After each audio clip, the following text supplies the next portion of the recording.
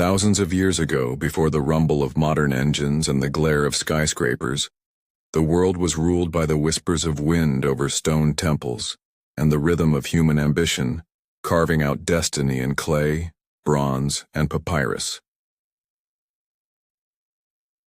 From the fertile crescent of Mesopotamia to the silent wisdom of the Indus Valley, from the golden deserts of Egypt to the misty mountains of ancient China, civilizations rose like morning suns, each bringing new light to humanity's journey. But what made them rise? What forces drove their leaders, their artists, their warriors? And how do their stories, so different yet so alike, speak to us today? Welcome to the Story Haven.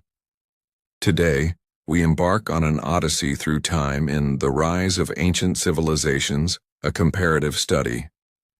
Let's unravel the secrets of history's greatest builders of society, not through dry facts but through the lives they lived, the choices they made, and the legacies they left behind. Imagine a land where rivers shaped fate.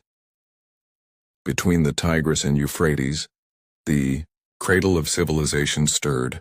Mesopotamia, the land of the Sumerians, Akkadians, Babylonians, and Assyrians, a tapestry of early brilliance and brutal ambition.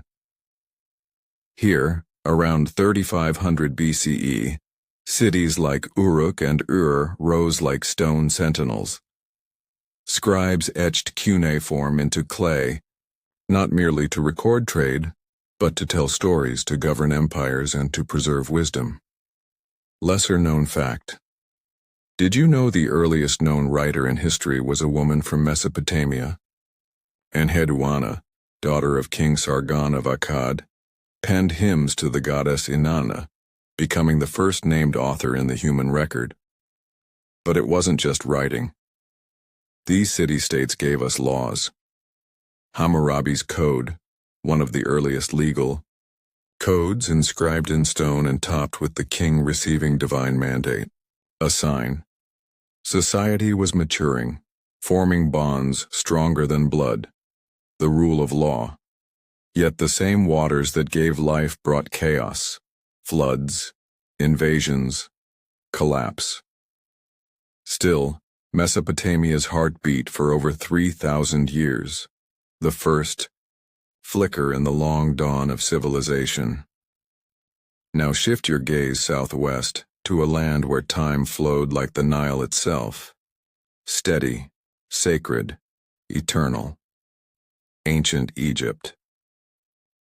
While Mesopotamia battled chaotic city-states, Egypt thrived on unity. The pharaoh was not just a king, but a god in flesh, the living Horus. Around 3100 BCE, Upper and Lower Egypt united, forming a centralized, enduring civilization. Story hook. Legend says Narmer, the first pharaoh, wore a crown that fused both lands, white for Upper Egypt, red for Lower. One man, one crown, one land. Egypt's rise came from the Nile's generosity. Every year it flooded and fed the soil, allowing abundance. And with abundance came leisure, to build, to create, to believe in eternity. Lesser-known fact. Contrary to popular belief, the pyramids weren't built by slaves, but by skilled workers who were fed, housed, and honored in death. Graffiti from Giza calls one team the drunkards of Menkaure. Even back then, construction crews had spirit. Hieroglyphs, temples, mummification, Egypt sought permanence. While dynasties fell and foreign invaders came, the Egyptian identity endured, a golden thread through millennia. Now we turn east, to a civilization still wrapped in enigma, the Indus Valley, modern-day Pakistan and northwest India. Flourishing from 2600 to 1900 BCE, the cities of Mohenjo-daro and Harappa were marvels of urban planning. Straight roads, Standardized bricks, advanced drainage, and that long before Rome, these people had indoor plumbing. Intriguing insight. They had no great pyramids, no colossal statues. No kings, no palaces have been found. Yet their order and uniformity suggest a strong central governance, a silent authority, and their script? Still undeciphered. Not a single Rosetta Stone has come to light. What were their prayers? Their myths? We don't know. But their seals, bulls, unicorn-like creatures, and mystical symbols whisper to us across time. Lesser-known fact, Mohenjo-daro's Great Bath might have been more than hygiene, perhaps a place of ritual purification. Imagine over 4,000 years ago people gathering at dawn for sacred immersion. Then, around 1900 BCE, it all faded. Climate change? Shifting rivers? Theories abound. But the Indus didn't die. It left a seed, one that would blossom in later, Indian culture. Further east, behind the bamboo curtain of legend, arose the civilizations of ancient China, beginning with the semi-mythical Xia and the historical Shang around 1600 BCE.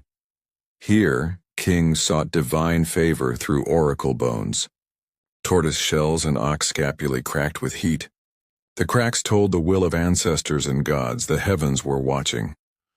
The Shang and later Zhou dynasties brought metallurgy, written Chinese characters, and the concept of the mandate of heaven, a divine license to rule, but only if just and virtuous. Anecdote. One story tells of King Ji of Xia, a tyrant who ignored the people and drowned them in wine-filled ponds.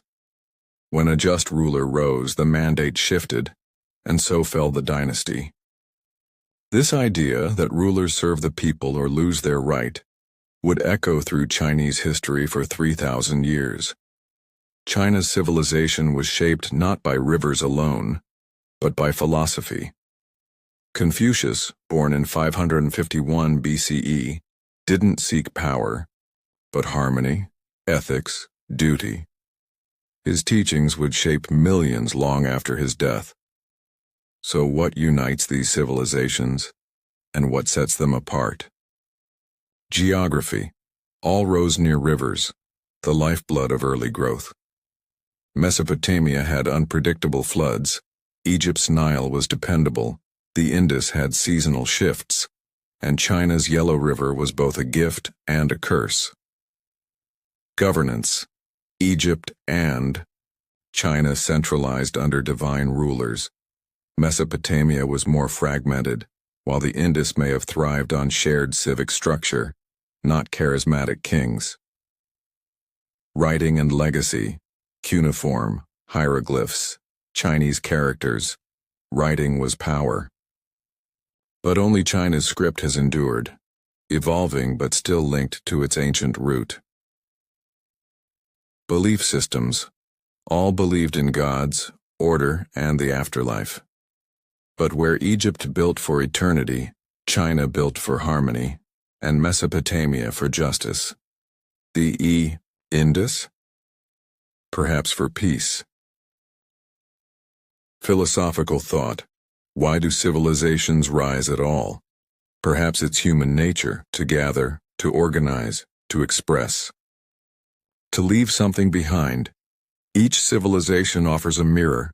Mesopotamia teaches law, Egypt legacy, the Indus humility, and China balance. We live in a world their dreams made possible.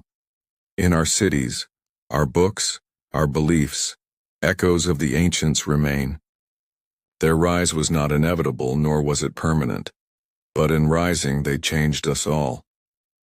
As we walk through modern streets and tap into digital worlds, remember the dust beneath your feet once bore sandals of pharaohs, scribes, and farmers who sowed the seeds of civilization. Here at the Story Haven, we don't just study the past, we walk its roads, listen to its silence, and bring its heartbeat back to life. Until next time, stay curious.